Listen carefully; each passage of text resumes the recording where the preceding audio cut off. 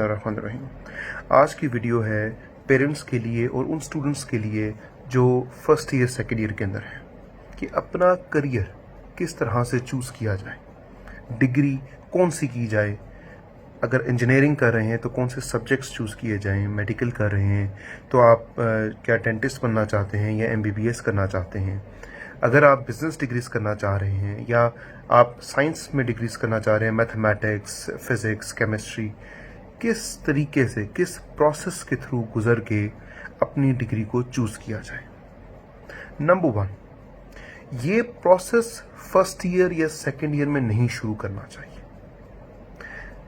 Parents की जिम्मेदारी है कि अपने बच्चे को थ्रू आउट, जब वो अर्ली स्टेजेस के अंदर हो, उसके टैलेंट को देखें। क्या वो मैथमेटिक्स अच्छी पिक करता है, क्या वो इंग्लिश में अच्छा है, क्या वो फिज़िक्स में अच्छा है, उसकी स्ट्रेंथ्स क्या हैं, ऐसी कौन सी एबिलिटीज़ हैं जो वो नेचुरली कर सकता है, जिसमें उसको कम एफर्ट्स लगती हैं। इस चीज़ का पता होना बहुत ज़रूरी है। नंबर 2, आपको ये इल्म होना बहुत ज़रूरी है कि आज की तारीख के अंदर, करंट सिनेरियो के अंदर किन डिग्रीज़ की वैल्यू है आपके कंट्री के लिहाज से।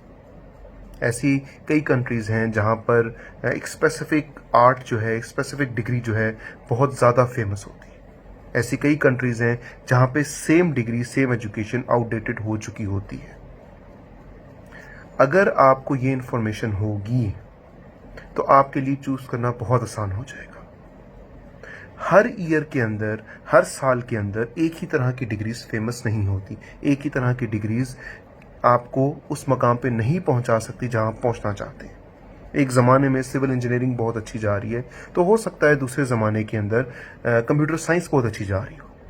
अगर एक ज़माने में कंप्यूटर साइंस की डिग्री बहुत अच्छी जा रही है, तो हो सकता है आने वाले चंद सालों के अंदर आर्टिफिशियल इंटेलिजेंस के अंदर जो डिग्रीज कर रहे हैं वो ज़्यादा इंपॉर्टेंट हो।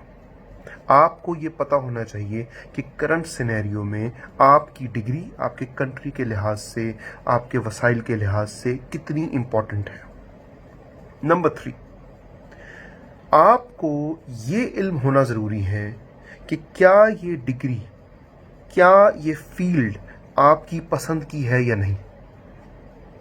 Hundreds and thousands of students जो हैं वो इस चीज़ से सफ़र करते हैं कि पेरेंट्स उनको फोर्सफुली एक ऐसी डिग्री के अंदर फंसा देते हैं, एक ऐसी डिग्री के अंदर उनको एडमिशन करा देते हैं जो उनको पसंद नहीं होती, जिनके उनको अलिफ बे भी समझ नहीं आती। और डिग्री का 1 साल 2 साल ज़ाया करने के बाद उनको भी रियलाइज़ होता है, पेरेंट्स को भी रियलाइज़ होता है कि they choose the wrong degree, they choose the wrong subject. Self awareness होना बहुत लाजिम है। एक ही डिग्री में मल्टीपल स्टूडेंट्स ग्रेजुएट होते हैं, हर स्टूडेंट कामयाब नहीं होता। एक ही डिग्री में मल्टीपल स्टूडेंट्स इनरोल होते हैं, हर स्टूडेंट उसकी ग्रेजुएशन कंप्लीट नहीं कर पाता। तो आपको इस चीज़ की अवेयरनेस होना ज़रूरी है। मैं पेरेंट्स से ये रिक्वेस्ट करूंगा कि जस्ट बिकॉज आपके किसी दोस्त के बेटे या बेटी ने कोई डिग्री की और वो कामयाब हो गए, दैट डज नॉट मीन, इसका ये मतलब नहीं है कि आपकी औलाद भी वही करेगी और कामयाब होगी। आपको इन तीनों पॉइंट्स को साथ लेके चलना है। आपको अपनी स्किल की अवेयरनेस चाहिए, आपको डिग्री की अवेयरनेस चाहिए, आपको ये अवेयरनेस चाहिए कि आपका शौक उस डिग्री के अंदर है या नहीं है। इस चीज़ के लिए, इस प्रोसेस के लिए आप कंसल्टेंट से सवाल कर सकते हैं। आप रिसर्च प्रोसेस को वक्त से पहले शुरू करें। अनफॉर्चुनेटली पाकिस्तान के अंदर मेजॉरिटी लोग रिसर्च सिर्फ इतना ही करते हैं कि फलाने के बेटे ने ये डिग्री की है या बेटी ने ये डिग्री की है, उनको यहाँ जॉब मिल गई है तो हम भी यही करेंगे। This is not the right process. In 3 steps को आप फॉलो करेंगे तब कहीं जाकर आप एक राइट डिग्री, एक राइट स्टेट ऑफ माइंड के अंदर किसी अच्छी यूनिवर्सिटी के अंदर आप एडमिशन ले सकते हैं। अगर आप सिर्फ इस बुनियाद के ऊपर अपनी एजुकेशन को चूज़ करेंगे, अपनी डिग्री को, अपनी यूनिवर्सिटी को, कि सब जा रहे हैं तो मैं भी चला जाता हूँ, तो you will not be going that far. क्योंकि सिर्फ डिग्री के अंदर इनरोल नहीं होना होता, एडमिशन नहीं लेना होता, आपको उसको करियर बना के सारी लाइफ चलना होता है।